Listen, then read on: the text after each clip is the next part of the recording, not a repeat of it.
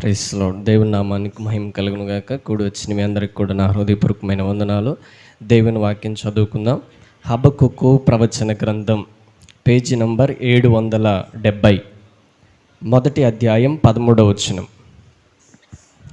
హబక్కుకు ప్రవచన గ్రంథం, పేజీ నీ కనుదృష్టి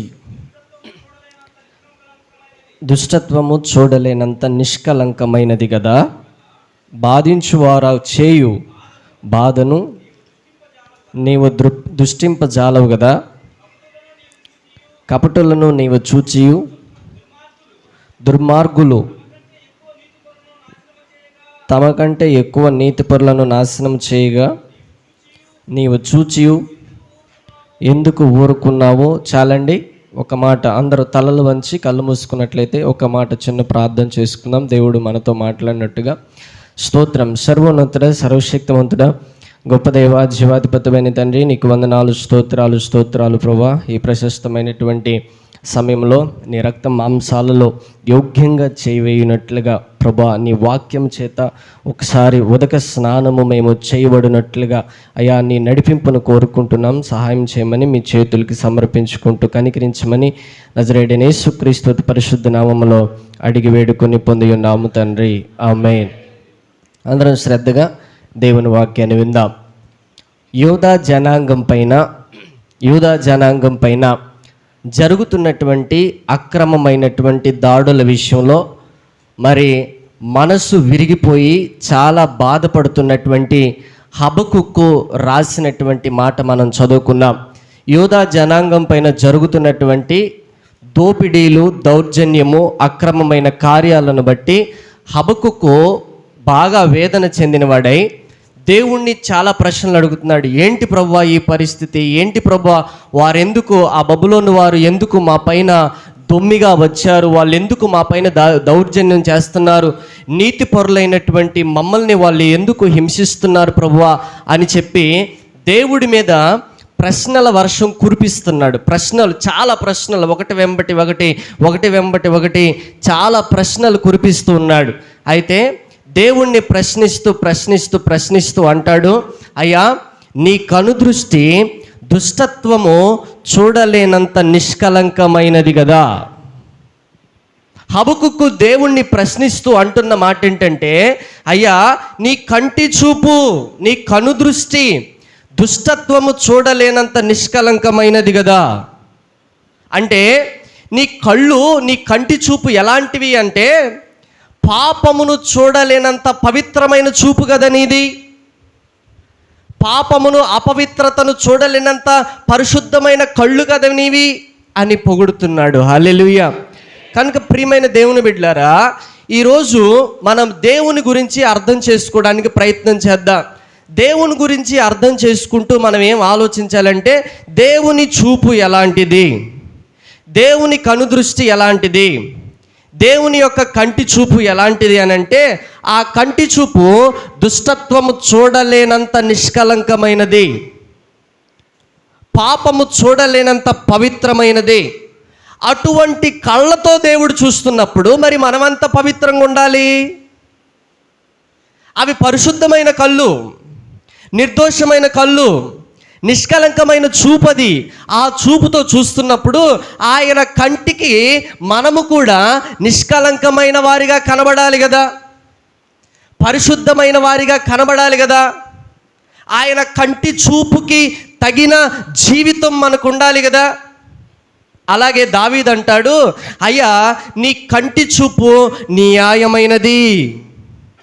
దేవుని కంటి చూపు న్యాయమైనది అన్నప్పుడు అన్యాయమైన జీవితం మన జీవితంలో ఉంటే ఎట్లా? అన్యాయమైన నడవడి మన జీవితంలో ఉంటే ఎట్లా? ఆయన కంటి చూపు పవిత్రమైనది, పరిశుద్ధమైనది. దానికి తగిన విధంగా పరిశుద్ధంగా జీవించాలి. ఆయన కంటి చూపు న్యాయమైనది, దానికి తగిన విధముగా మనము న్యాయముగా ప్రవర్తించాలి. అప్పుడే కదా ఆయన దగ్గర నుంచి కనికరం రావాలన్నా, ఆయన దగ్గర నుంచి కృప రావాలన్నా, ఆయన దగ్గర నుంచి దయ రావాలన్నా, ఆయన దగ్గర నుంచి ఆశీర్వాదం రావాలన్నా, ఏది రావాలన్నా ఆయన కంటి చూపుకు తగిన జీవితం మనకు ఉండాలి. హల్లెలూయా. ఇది దేవుని యొక్క కంటి చూపు. మరి మనుషుల కంటి చూపులు ఎలా ఉంటాయి? మనుషుల కంటి చూపుల్లో కూడా చాలా రకాలు ఉంటాయి.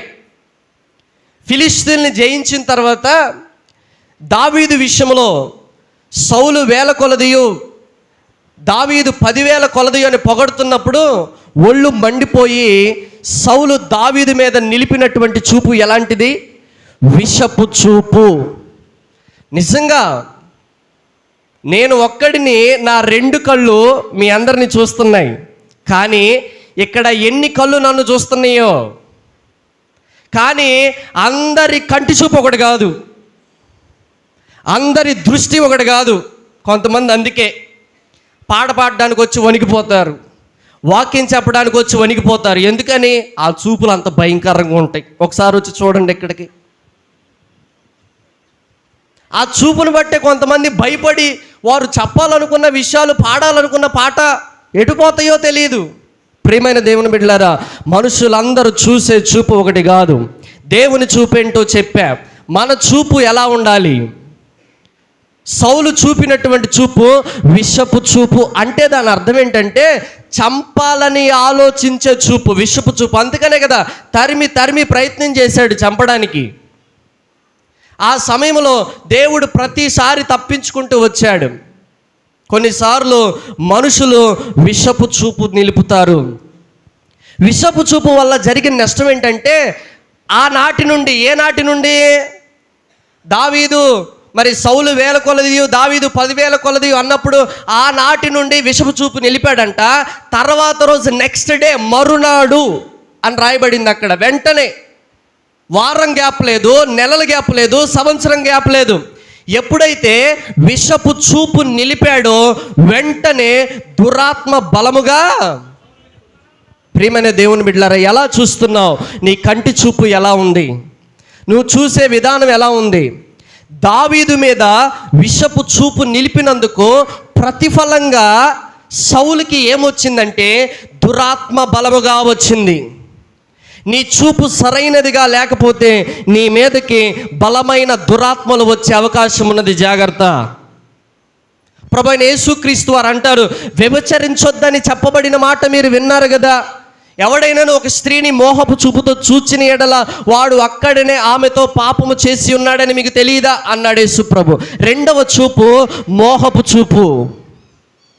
చూసే విధానం ఎలా ఉన్నది? ప్రియమైన దేవుని బిడ్డలారా, విషపు చూపు ఉంటే మానుకుందాం, మోహపు చూపు మానుకుందాం, గర్వపు చూపు మానుకుందాం. కొంతమంది గర్వంగా చూస్తూ ఉంటారు. నేనేంటి, నా స్టేటస్ ఏంటి, వాడేంటి, వాడి స్టేటస్ ఏంటి, నాకున్న హోదా ఏంటి, పక్కనోడుకున్న హోదా ఏంటి, నాకున్నటువంటి ఇన్కమ్ ఏంటి, వాడికి వచ్చినటువంటి రాబడేంటి. ఈ విధంగా గర్వపు చూపులు ఎట్టి పరిస్థితులు ఆత్మీయమైనటువంటి మనలో ఉండాల్సినటువంటి చూపులు జాగ్రత్తగా గమనించుకోవాలి. ప్రియమైన దేవుని బిడ్డలారా, దేవుని చూపు పరిశుద్ధమైనది, పరిశుద్ధంగా బ్రతుకుదాం. దేవుని చూపు న్యాయమైనది, ఆయన కనుదృష్టికి న్యాయమైన వారిగా జీవిద్దాం. ఒకవేళ మనలో విషపు చూపులు చూసే విధానం ఉంటే చూపు విధానం మార్చుకుందాం. మోహపు చూపులు చూసే విధానం ఉంటే ఆ చూపు విధానం మార్చుకుందాం. గర్వపు చూపులు చూసే విధానం ఉంటే ఆ చూపు విధానం మార్చుకుందాం. ఎందుకంటే కంటి చూపు వలన పాపము చేసేవారిగా మనం ఉండకూడదు. అందుకని దేవుని వాక్యం ఏం చెప్తుందంటే, నీవు ఇటుపక్క అటుపక్క వంకర చూపులు కాదు చూడాల్సింది, నీ కనుదృష్టి సరిగా నిటారుగా ఒకరి కళ్ళల్లో కళ్ళు పెట్టి చూసి మాట్లాడాలి. మనం ఎవరితోనైనా మాట్లాడేటప్పుడు ఎదుటివారి కళ్ళల్లోకి చూసి అటు దృష్టి అటు పైకి కానీ ఇటు కిందకు కానీ రావడానికి వీల్లేదు. అది ఎవరితో మాట్లాడినా సరే, లేకపోతే వేరే దృష్టికోణం మారిపోయే పరిస్థితి ఉంది. ప్రియమైన దేవుని బిడ్డలారా గమనించండి. హల్లెలూయా.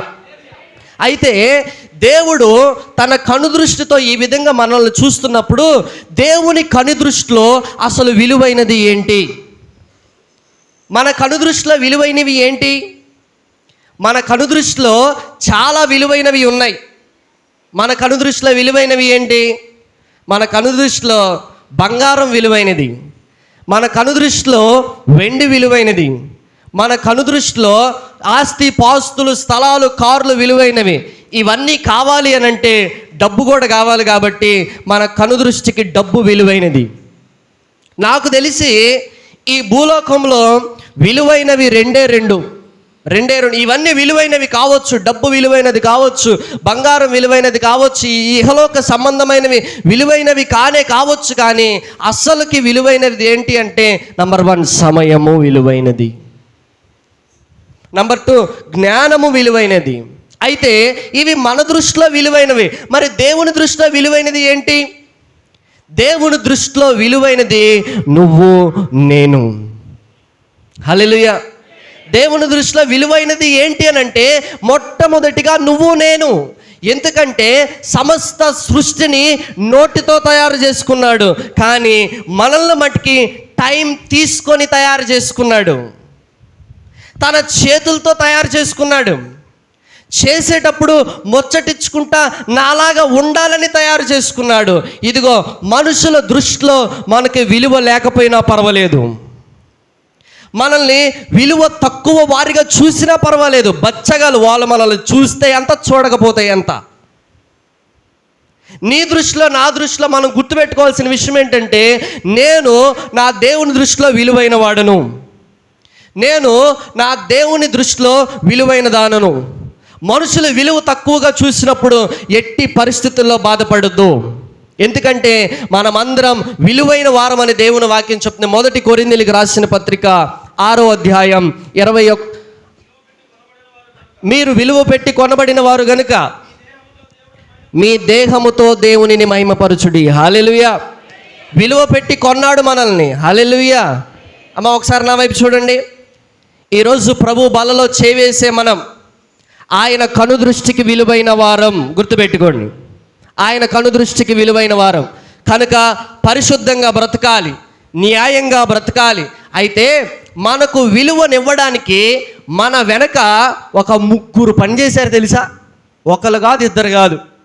మనకు విలువనివ్వడానికి 3 వ్యక్తులు పనిచేశారు. 3 పనిచేశారు. ఎవరో తెలుసా? Number 1 costume designer. ఎవరు? మనకు విలువనివ్వడానికి మొదటి వ్యక్తి పనిచేసింది ఎవరు అంటే కాస్ట్యూమ్ డిజైనర్. రెండోది మనకు విలువనివ్వడానికి పనిచేసింది ఎవరు అని అంటే టైలర్. మూడోది మనకు విలువనివ్వడానికి పనిచేసింది ఎవరంటే సేల్స్ మ్యాన్. ఏందయ్య గారు ఏం మాట్లాడుతున్నారు మీరు? ఏమైంది మీకు? కాస్ట్యూమ్ డిజైనర్ ఏంటి, టైలర్ ఏంటి, సేల్స్ మ్యాన్ ఏంటి, వాళ్ళ వల్ల మనకు విలువ రావటం ఏంటి అని అంటారా? ప్రియమైన దేవుని బిడ్డలారా, ఈరోజు మనం వేసుకునే బట్టలు చాలా రకరకాలుగా, చాలా మోడల్గా ఉంటాయి. పురుషులు వేసుకునే కానీ, స్త్రీలు వేసుకునే కానీ చాలా రకరకాలైన బట్టలు. ఈరోజు షాప్లోకి వస్తున్నటువంటి ప్రతి వస్త్రము, మనం వేసుకుంటున్నటువంటి ప్రతి వస్త్రము మొట్టమొదటిగా దాన్ని ఎవరు డిజైన్ చేయాలి? ఒక కాస్ట్యూమ్ డిజైనర్ డిజైన్ చేయాలి. అతను డిజైన్ చేసిన తర్వాత అతని దగ్గర ఆ డిజైన్ తీసుకొని ఆ డిజైన్ ప్రకారం ఎవరు కుడతారు? టైలర్ కుడతాడు.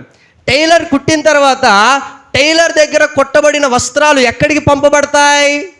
సేల్స్ మ్యాన్ అంటే షాపులోకి పంపబడతాయి. షాపులోకి వెళ్ళిన తర్వాత వాడు ఆ చీర తీసుకొని మీ మీద పెట్టి, మేడం ఈ చీర మీకు ఎంత బాగుంటుంది అంటాడా లేదా?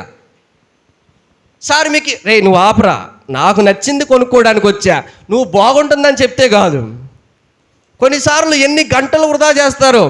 నేను షాపింగ్కి వెళ్తే 2.5 నిమిషం షర్ట్కి, 2.5 నిమిషం ప్యాంట్కి, 5 నిమిషాల కంటే ఎక్కువ ఖర్చు పెట్టను. ఎందుకు అనంటే కొంతమంది దేవుడిచ్చినటువంటి విలువైన సమయాన్ని అనవసరంగా షాపింగ్కి ఉదయం వెళ్తారు 8ంటికి, సాయంత్రం 8ంటికి వస్తారు, ఒక్క వస్త్రం కొనరు.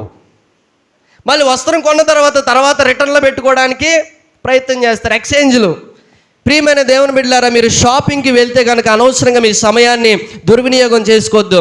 ఎందుకంటే ఎక్కువ సమయం చూస్తే మీ ఒపీనియన్స్ మారిపోతాయి. గంటల తరబడి చూస్తే, ఎక్కువ చూస్తే మీ ఒపీనియన్స్ మారిపోతాయి. అందుకని ఫస్ట్ ఇంప్రెషన్ ఇస్ ద వెళ్ళామా, చూసామా, మొదట ఏది నచ్చిందో తీసుకొని పక్కకు వచ్చామా. ప్రియమైన దేవుని బిడ్డలారా, నీకు నాకు విలువనివ్వడానికి మన వెనక ఒక కాస్ట్యూమ్ డిజైనర్ పనిచేశాడు. ఎవరు ఈ కాస్ట్యూమ్ డిజైనర్ అంటే తండ్రి అయిన యెహోవా. మనుషులందరూ రక్షణ పొందవలనని, మనుషులందరూ మారు మనసు పొందవలనని ఈ కాస్ట్యూమ్ డిజైనర్ అయినటువంటి తండ్రి అయినటువంటి యెహోవా మన కోసం విలువని డిజైన్ చేశాడు. హల్లెలూయా. ఆ విలువనివ్వడానికి టైలర్ వచ్చాడు. ఎవరు ఈ టైలరు అంటే యేసుక్రీస్తు ప్రభువారు. అయితే ఈ టైలర్ వచ్చి, అరే వీళ్ళకి విలువనివ్వడానికి ఏ వస్త్రం వేస్తే బాగుంటుంది? సూట్ వేస్తే విలువ వస్తుందా? పట్టుకుంటే పట్టు చీరేస్తే విలువ వస్తుందా అని ఆలోచిస్తే, లేదు వీళ్ళకి సూట్ వేస్తే విలువ రాదు, వీళ్ళకి పట్టు చీరేస్తే విలువ రాదు. వీళ్ళకి విలువ రావాలి అని అంటే నా శరీరాన్నే వస్త్రంగా ధరింప చేయాలి. చప్పలు కొట్టి ప్రభు నామమున మహిమపరద్దాం. హల్లెలూయా. నీకు నాకు విలువ రావడానికి తండ్రి అయిన దేవుడు ఒక కాస్ట్యూమ్ డిజైనర్గా పనిచేశాడు. నీకు నాకు విలువ రావడానికి యేసుక్రీస్తు ప్రభువారు తన శరీరాన్నే రక్షణ వస్త్రంగా మనకు కుట్టాడు. ఇప్పుడు మూడవది, సేల్స్ మ్యాన్గా పరిశుద్ధాత్మ దేవుడు మన దగ్గరికి వచ్చి, నా బిడ్డ ఈ వస్త్రం వేసుకో, నీకు ఎంత బాగుందో చూడు, నువ్వెంత పరిశుద్ధంగా ఉన్నావో చూడు, నువ్వెంత నీతిగా ఉన్నావో చూడు, నువ్వు ఈ వస్త్రం వేసుకుంటే చక్కగా పరలోకానికి వెళ్తావు, పరలోకి వెళ్తే సంతోషం, సమాధానం, ఆనందం, జీవవృక్ష ఫలాలు, జీవాహారం అక్కడ తింటూ సంతోషంగా ఉండొచ్చు అని చెప్పి పరిశుద్ధాత్మ దేవుడు మనల్ని ప్రోత్సహిస్తున్నాడు. హల్లెలూయా. ప్రియమైన దేవుని బిడ్డలారా, దేవుని కనుదృష్టిలో మనం విలువైన వారం. ఆయన కనుదృష్టి వెనుక ఇదిగో మనం విలువైనరుగా మార్చబడడానికి తండ్రి అయిన దేవుడు, కుమారుడైన యేసుక్రీస్తు, పరిశుద్ధాత్మ దేవుడు మన వెనక పనిచేశారు. మనుషులు మనల్ని విలువ తక్కువగా చూసినప్పుడు ఎట్టి పరిస్థితుల్లో బాధపడాల్సిన అవసరం లేదు. దేవుని దృష్టిలో మనం విలువైన వారం. హల్లెలూయా. దేవుని దృష్టిలో విలువైన వారము అని చెప్పి పొంగిపోవడానికి ఎట్టి పరిస్థితుల్లో ఆస్కారం లేదు. కానీ పరిశుద్ధంగా చూస్తున్నాడు. ఆయన కంటి చూపు పరిశుద్ధమైనది, పరిశుద్ధంగా జీవిద్దాం. ఆయన కంటి చూపు న్యాయమైనది, న్యాయంగా జీవిద్దాం. మన కంటి చూపు విధానాన్ని మార్చుకుందాం. దేవుని సన్నిధిలో మనం ఎలా చూస్తున్నాం? మన కంటి చూపు ఎలా ఉంది? దేవుని కంటి చూపుకి తగిన విధంగా జీవిస్తున్నావా? ఆయన దృష్టిలో విలువైన వారముగా విలువైన జీవితాన్ని జీవిస్తున్నామా? కనుక ప్రియమైన దేవుని బిడ్డలారా, మనందరం కూడా మన కంటి చూపు విధానాన్ని మార్చుకొని విలువైన వారమని గుర్తించి దేవుని యొక్క కంటి చూపుకు తగిన విధముగా మనందరం జీవించి యోగ్యంగా బలలో చేయవేయుదుముగాక. హల్లెలూయా.